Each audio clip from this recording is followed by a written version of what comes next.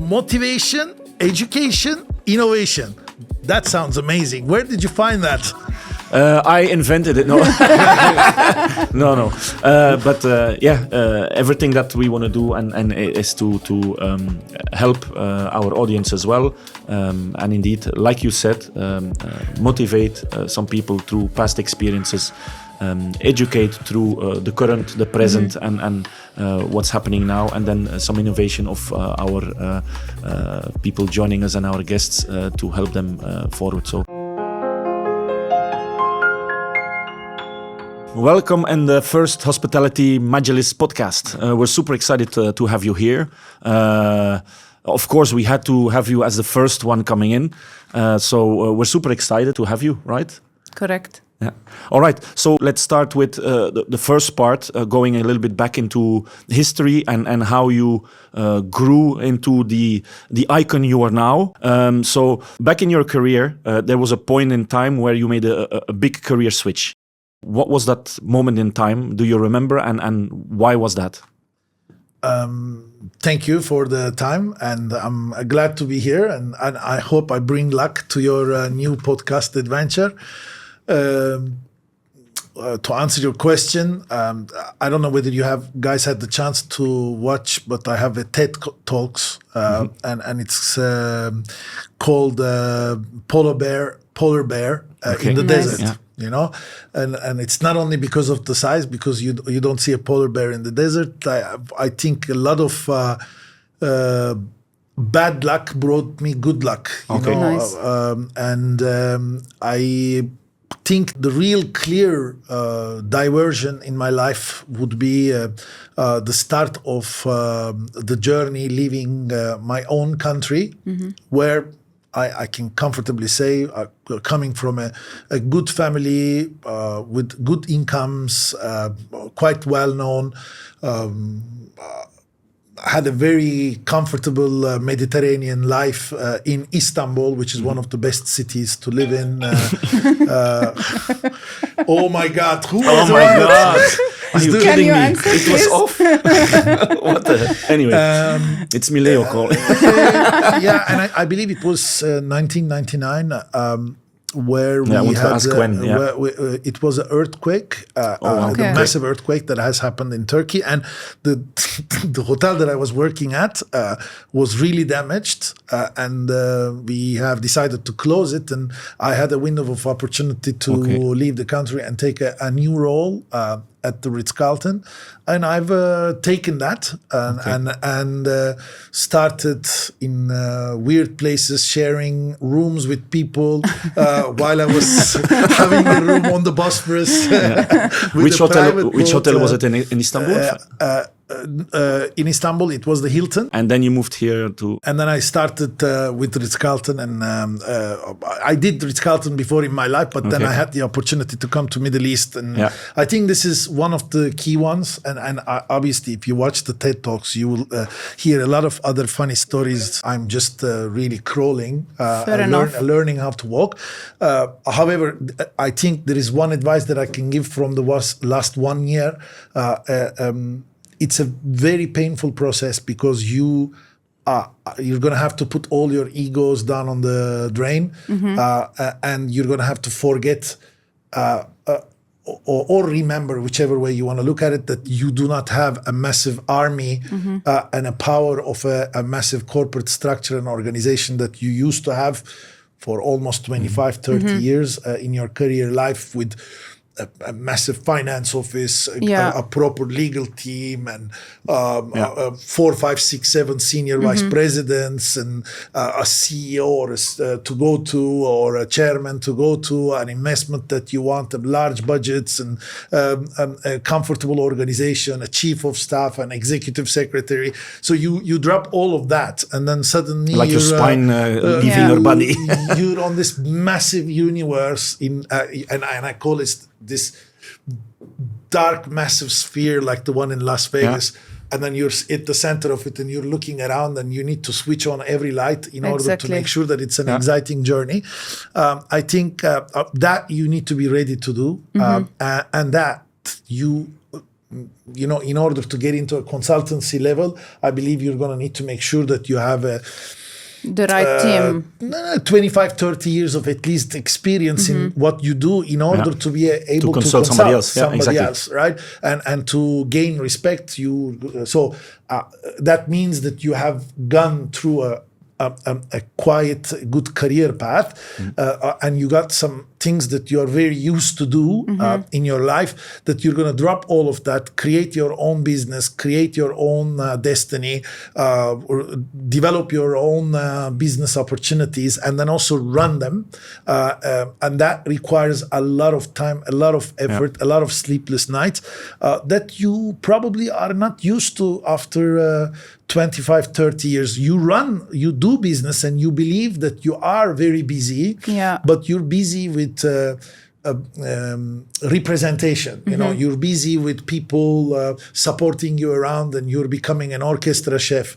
Now you're going to have to go back to playing the piano or the violin or the flute, as well as being an orchestra chef. So it's very time consuming, and it requires a lot of hard work. If people are ready to take that journey and take that risk, I would strongly advise people to take their own career and life, because you're the boss and patron of your own life.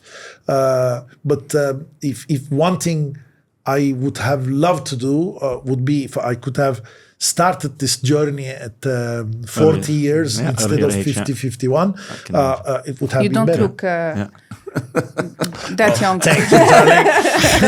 Let me go back again to 1999. Okay. Let's take a step to history again. And I will put it in you can choose, leadership or just regular non-leadership. But what habit within leadership or within your way of working failed at a certain moment, and you learned from, and you changed and to become better in what you do or who you are and what you are? Wow, it's confessing to the priest now, but there's only 15,000 people that will. I just would like to say, when it comes to leadership style, I've never listened the professional advices and trainings. Okay. I've always had this genuine way of adapting to and growing. And I don't think it's the right thing to do, to be honest with you. You really need to a little bit control yourself, especially in corporate life. I had an equity, a partner who understands and respects my deficits. I come from a very hot culture, Mediterranean, half Greek, half Turkish, with a lot of good in me. I'm not a guy with bad intentions, I run for the business, a very entrepreneurial mind. And then all I would get upset is for laziness and or repeating to do the same mistake. And that's, impatience is probably my... I'll jump to that. I'll jump to that. No, I will not going to give you any examples, but I'll give you a small on myself indeed. What I noticed is when I was 28, I was impatient, and the team that I had, I wanted to have 5 of myself. Yeah. And I didn't find them. So in 1 year time, I changed the team 3 times. Yeah. Wow. But at the end, I was not successful. I failed that year heavily because we're not making the figures, we're not achieving anything. Yeah. And I thought I was doing the right thing. Yeah. And this is when I was 28, that was a massive wall where I learned a lot as well in leadership as well. Yeah. Then give them something to learn rather than, okay, let's change tomorrow and it doesn't work. I mean, to be honest with you, I'm not a very big changer. I don't, I don't let my team fail. And for that reason, generally the team follows me. Very fatherly, my idol is my grandfather, who was a very successful businessman and a corporate man, and also a government man. Okay. He was the Turkish Airlines chairman, Turkish Travel Association's chair, etc. And very much respected. He was very tough, but very much loved. And I pretty much adapted that style. If I walk in a corridor, generally people gets a little bit because of the charisma and the aura. But in the meantime, they also love because, I protect the people. Generally, I make the changes in a company when I enter was in the beginning. I would generally first 3 months. First 3 months observe and make the necessary changes, and then I follow. After that, there is not a lot of changes that I would actually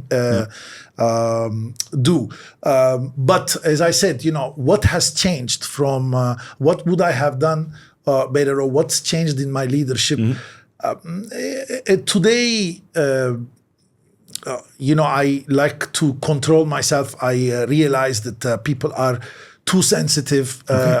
They don't necessarily have to understand who I am in my depth immediately. So you need to give them time to understand that. So I can control myself. I'm getting old. I think that's when like the grandfathers, they're much sweeter and nicer, than your father and your mom. It's pretty much like that. I think I softened a little bit compared to my very direct and a ruthless approach. I'm going to take a turn here, but you said I took it. This is what you took from your father. What did you take from your mother? If you ask my wife, I'm a carbon copy of my mom, and my mom it's not my father. I was talking about my grandfather. Apologies. Grandfather is my idol, and that's the person I want to be. And I looked up, and I actually worked together with him, went to office together with him since I'm 15, 16 years old. So, and I wanted to be him. And despite the fact I have a very strong educational background, I've chosen hospitality because of him also, because I know the work and the life there. People now likes hospitality, and they realize that it's a good business to be in because there's a lot of fun in it. But I realized that 25 years ago, thanks to my grandfather. When we go back to my mom is also a ruthless businesswoman, a feminist. 30 years ago, representing representing the Turkish woman and woman in leadership. By then was a very difficult and a different thing compared to today. Being a mom in the house, full-time equivalent in British Petroleum, a board member in British Petroleum, heading communications and marketing for BP, working with a lot of men around, a super hard worker, days and nights dedicated to her life into work, 35 years of experience. And if you ask, as I said, if you ask my wife, I'm a carbon copy of my mom. Wow. Okay. For me, I would like to move a little bit into the industry. If we can enter a little bit the industry. Sure. What's your opinion in terms of UAE, Europe, UK? What's your thought about the market? And do you think the luxury industry is dying? No, it's not dying. There's a lot of questions there, and I think I have a capacity to remember each one of them, so I'm going to answer everyone one after another. What do I think about UAE?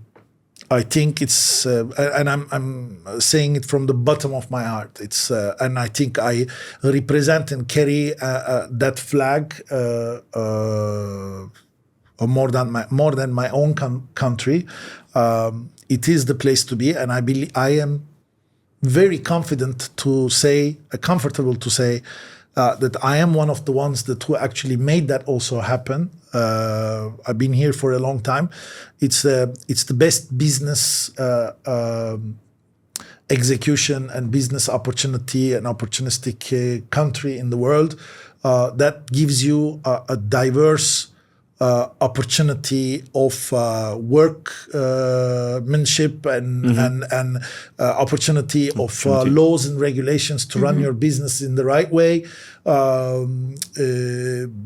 The banking systems and financial systems and support systems, and now also the Abu Dhabi's and UAE's mission of capital, seeing all these private equity funds, etc. Like America, it's a sport, to to open a business, and then the private equities will bet on you to see how much you're going to flourish. They're bringing that.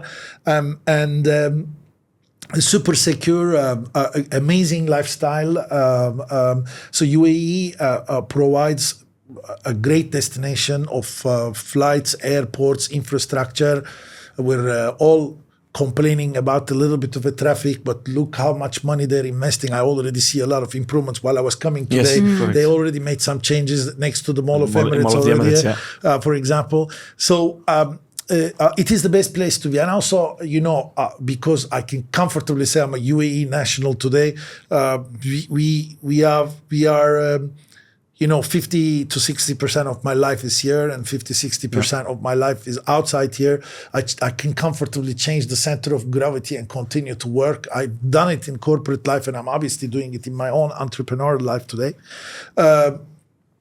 We were together with Charles Forte, Rocco Forte's son, just before here, and I'm going to continue to have meetings with them today. And we were discussing about the position of UAE versus UK. So I come to your next question. Western world, security is not there. The wealth has spoiled them.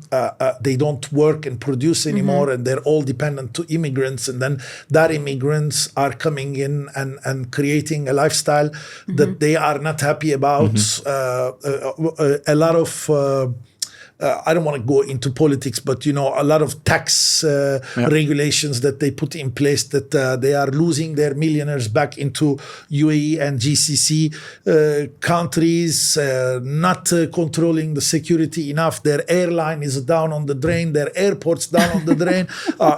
So it's a disaster. Yeah, they're not aggregating like here. Their growth is not there. And to be honest with you, if you look at UAE, it's also a country of migration. Yeah. But that's what we were discussing today. The quality of the migration.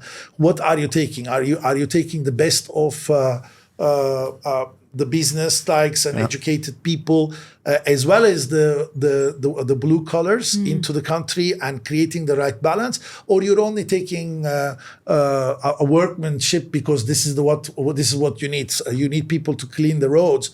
Okay, but what about the brains who has created Google and I don't know what in the world today? I mean, I was just reading, the Google's partner is a Russian, right? I mean, so you see all these blue chip companies. They're all coming. Brains are not from necessarily always from the Western world.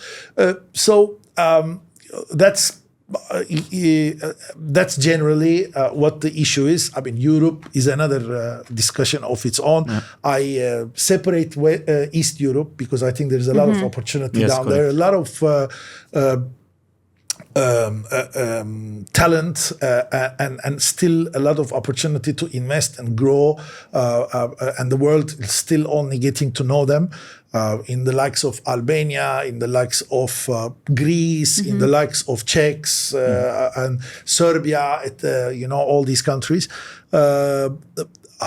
However, the west of Europe is also a disaster. Growth is not there. All their key companies are getting bought. They're not following through tech. Same migration issues that so on and so forth. Luxury and hospitality. That was, the other question I remember. Look, I think one of the massive milestones today of change in the world is your telephone in your hand and the social media. And it's undeniable, and today the speed of consumption is much, much, much, much faster and eligible to everybody in the world in any way, form or shape compared to 10 years before. from buying stocks from the stock market to finding out the best restaurant in Italy's little village or in Dubai's center of the city. It's all available to you through a lot of communicators, content creators, at social media, through advertising in social media also, and dark posts and etc. It's good and bad. Because I think what that does create is a fast consumption. People goes, sees, takes photograph, eat, try, and then they got other places to go to, right? Sustainability of business. I'm not only talking about green ESG sustainability. I'm talking about sustaining the business and sustaining the way that you're doing business is one of the most important peers and the milestones of luxury. So if you're a luxury organization, whether it's in clothes or restaurant business or hospitality, whichever way you want to take it, you need to make sure that you're continuously delivering the right level of product and not doing it to the level of masses. Hence the reason of watch. Today you have the watch and bag limitations. So luxury is limited also. That's to a certain extent. You know, whatever you were doing and whatever that you have created, you need to continue to deliver that. You maintain your position, I think. And if you're talking luxury, you know, there is price points that you need to be careful of. Not to go too high and start to piss people off from the day that you've started, or also not to go too low because then you're not going to maintain your margins and start to downgrade your product. Maintain your product, maintain your food, maintain your service, maintain your people. That is the talent that is actually working in there. And if you're talking about hospitality today, I always go back to my original roots of Ritz-Carlton. You know, it's a very simple, and we have that in Turkey, for example. It's in our DNA, like, you know, greeting people, welcoming them to our houses, delivering them what they expect and anticipate from us, and giving them a warm farewell. Right? In order to do that today, in the best way, people likes to go to a place that they know the people that they are and they are used to the way of this business is done. And it's very difficult to maintain that today, you know, again, and it's because of the power of the social media and internet, and etc. You know, people, our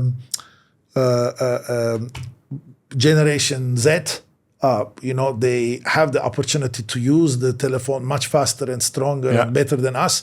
And they know what's next for them. And, you know, there is another restaurant coming up and they need a restaurant manager. So you were a waiter, you go to restaurant manager 1 year later, and then you become a GM in another restaurant another year later. And you don't have substance, you don't have patience, you don't have enough experience, and you don't have continuous customer and clientele. And this is where this is the reason you're asking about what luxury is about, I believe. This is where we're having issues. Okay. Tying today with and closing the past, of course, you made a bold step to leave corporate world and move into your own venture and consultancy with Clé Partners. What is the most important thing that you have carried with you from the corporate life into your consultancy now as a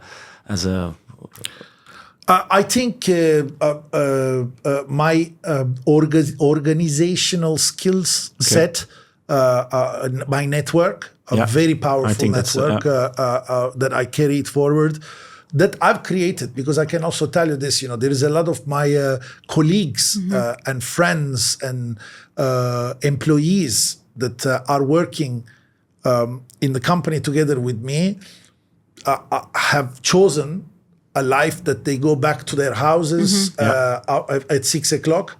And for me, another new chapter of life was continuing to start after 6 o'clock through entertaining my customers and stakeholders. So I created a lot of relationships and network throughout that 30 years of my life, internal and external customers. So I am really at the moment trying to control and powerhouse that network and through CRM, through technology, through remembering, etc. So that's one thing. And then the other one is, I think the companies has hired me because of my power of brand architecture and what the creative mindset that I have in an entrepreneurial way that I take on in my current practice today. I think that's the first part is very important indeed. That network. It's actually a very good advice for anyone who wants to start their business as well. Because if you start on your own, not having a network, well, in principle, you end up in a void. Nonetheless, not having any team around you, so it's a complete black hole, like you said, indeed. What is next? What's next? Yes. I'll start my own podcast company. That's good. I love this. What's next? I think we have a baby. I don't know if both of you have kids, but nice. I have two. They are not babies anymore. One is 22 years old and another 16 years old. However, I still remember them when they were 1 year old. I think it probably was the best time of having a child. And most difficult part was the first 6 months of the child. And I really reflect that into the business. I think we passed the most difficult part. Now, at least, our company is pottery trained, and we are communicating. We're laughing together and enjoying what we're doing within the company, within the partners that I have, and we have a path. Now we're going to go to the year 2. And I know that I remember, was that the terrible 2? There is a terrible 2. Yes, terrible 2, yeah. So we're going to need to, we will pass through that, hopefully as well. We got great clients. One thing I don't want to do, and I think it's important for your podcast listeners, is I'm 51 years old. I cannot continue with this pace. So I need to make sure that I surround myself with an amazing team, and B, pick up the battles that I actually really enjoy, and not jump into every business opportunity, and C is create some brand IPs, which I'm very good at doing, which is gonna be a steady income to Clé and Partners, that I am not constantly continuing like I used to be in the corporate life. There needs to be a change, right? I've designed this organization and decided to leave corporate life to make sure that I can also spare some time for myself, a quality time to enjoy a life and do whatever I want, whenever I want. In order to be able to do that, you're going to need to make sure that you're streamlining your income stream. And there we are at the moment, redefining a little bit, understanding what's a priority for us. But growing Clé Partners to its second year is the next at the moment. If your younger self would sit with you right now, in one sentence, what would you tell him? I think I said that before. Exit. If you want to do entrepreneur life, make that decision slightly a little bit earlier, right? It's very unfortunate, and I actually really need to talk about that. It's if you look at your life pace, I mean, until 22 to 25 years old, you are between schools and master degree and learning how to work, etc., etc. Then you have a chapter between, I think, 25 to 45. Is 20 years. It's not a small chapter, and it's probably the fastest pace of your life, with a lot of personal development in your life. This is generally the time you get married, have kids, etc., etc. Generally, not all the time. But then after that, you got a 45 to 70, I would say, is another 20, or 65 is another 20 years. Your physics today. I mean, I used to go and party all night and then come to the office in the morning at 7 o'clock. It's impossible for me to do that today. So if you're going to go into this hard, dark hole of getting to know what you're going to run your business and entertain your customers and develop your business and run the business that you have signed, I think it's better that you do it between 40, 45 then you have 20 more years to enjoy that rather than me 50. So I decided to make this move at 50. 1 year was a craziness for me. I don't even remember 1 second of it, I can tell you. So it's and probably this next year is not going to be very different than that. So I've already eaten 2 of a very class age of my time, and then that leaves me 8 to 10 years to 65. You want that a little bit gap to enjoy. We climb the mountain. You don't recognize. From 25 years old, 5 to 10 years, you're climbing a mountain. You're delivering. True. You can't do the same at 50. So you need to give yourself a little bit of a time. That's what I would have done. Yeah. Good advice. Exactly. What movie would Clé Partners be? I saw it in your questions, and I'll tell you 2 routes. One of them is a softer one, the other one is a harder one. Do we need to play the song of Wolf of Wall Street? I think probably one of them would be this, because I'm a shrewd entrepreneur, but not as crazy as him. And I think the real one that really fits with me and the business that I do and the story that I have is if you guys haven't watched it, I would strongly recommend you to do. It's a movie called Chef. Yes. The guy that is a super Michelin star, highly recognized chef. I can't remember his name of the artist, but I think he won a lot of awards. He's playing together with Scarlett Johansson, by the way. Yes, correct. That's where he with the food truck, and then at the end of the movie, he has his own restaurant finally. With the social think it's media. the other way around. Yeah. Okay. I think he failed the restaurant. He was super successful chef, and then one food recensist came in and destroyed. Exactly, and he left it. Okay, I mean, not a similar story, but I also can comfortably say that I was very successful in my career life, and then picked another small boutique thing that he really likes to do. It was burritos or tortillas or something along the line that he was doing in the track with his son, by the way, enjoying his family, and make that business a huge success because he started to do what he really likes to do of his own and embrace life and embrace family, and that's probably what resembles. You like what you're doing now? I do very much, a lot. I really do like what I do.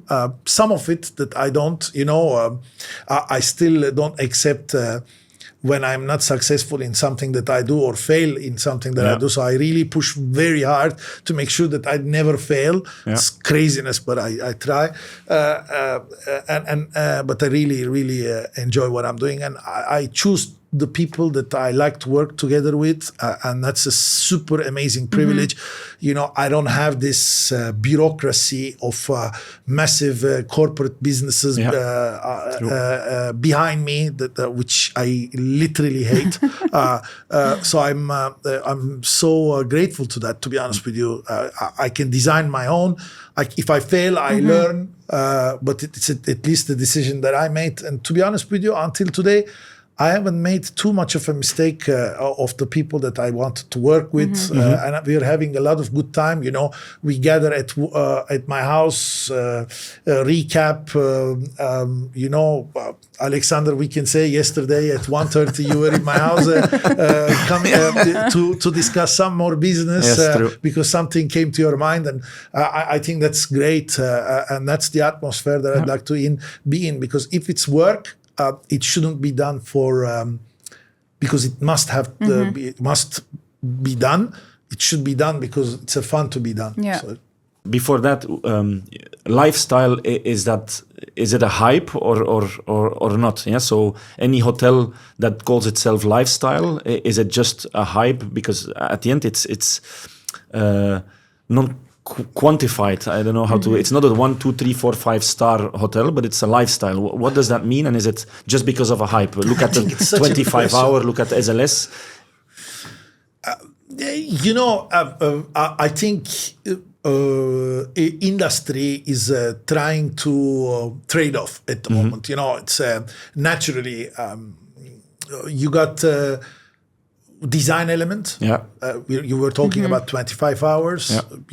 The curator is a very good friend of mine. I love him dearly, and he comes from design hotels with a super background of design.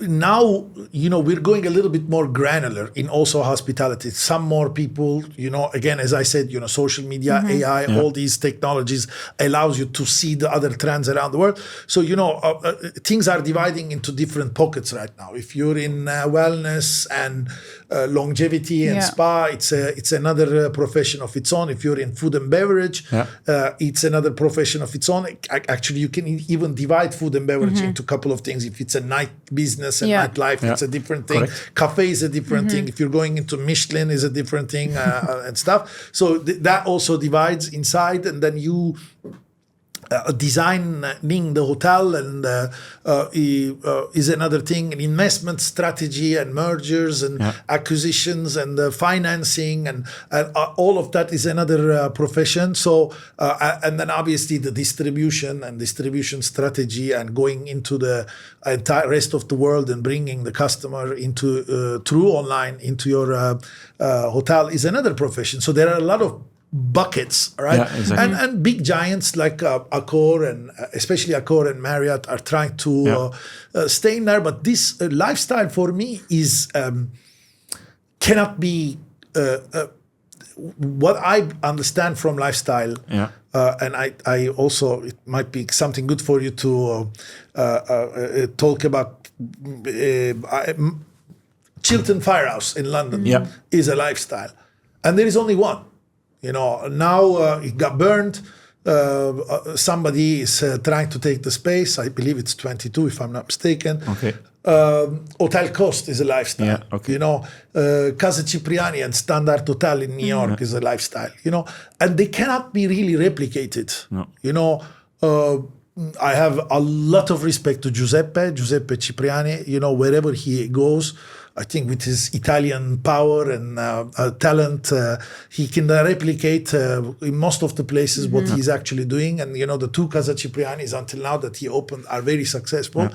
But it's, if he wants to go 10-20, I think I'm not sure whether he's going to be able to maintain that success of lifestyle. Lifestyle means you create something for that destination, for that street, for that crowd, for that consumer once. And it's very successful.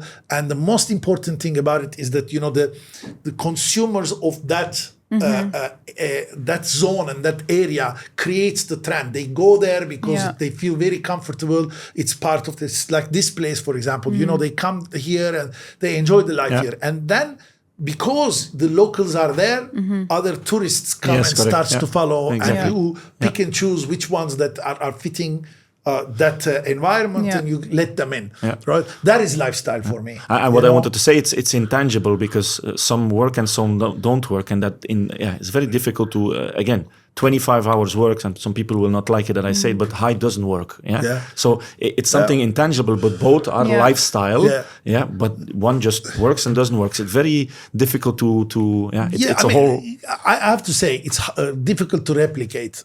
For me, if I am going to create an IP on lifestyle, I would create a collection house instead of creating a brand that I would like to multiply. Let's where say scale is the only thought in the mind. You are Belgian, Polish, and if we are going to decide to open a hotel in Poland together with you, that is really designed around the culture of Poland, with the beer, with the vodka, we would do it in Zakopane. I know already where. Exactly. So we will design it around it, right? And that's what we will do. And the next one that we'll do in Belgium is never going to be the same. The story should be same. The brand IP.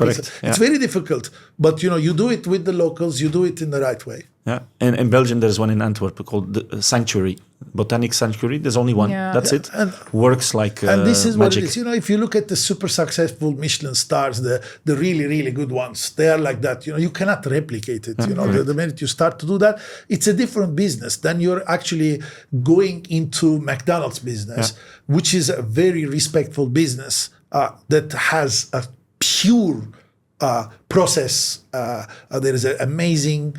Highly educated people behind McDonald's that are currently running McDonald's today, and they got all the equipments, all the training. Have you ever been to a McDonald's that their people are not asking you if you want an upsize menu? Exactly. In order to be able to deliver that consistency, despite the fact it's a franchise organization, it is another quality. You know what I mean? But you cannot do this in the lifestyle. Lifestyle is a feeling. People say experience. Exactly. So that's what it is. That will be the opening of the podcast. Yeah, I like that picture. Thank you very much for taking the time, because we know it's very precious to come here.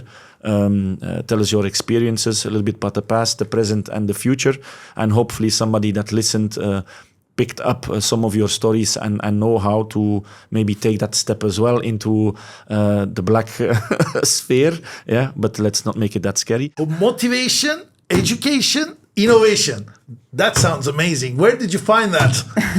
I invented it. No, no. But everything that we want to do and is to help our audience as well. And indeed, like you said, motivate some people through past experiences. Educate through the current, the present, and what's happening now, and then some innovation of our people joining us and our guests to help them forward. So again, thank you very much, Absolute Mr. Yigit. Nice to be here. Thank you so much.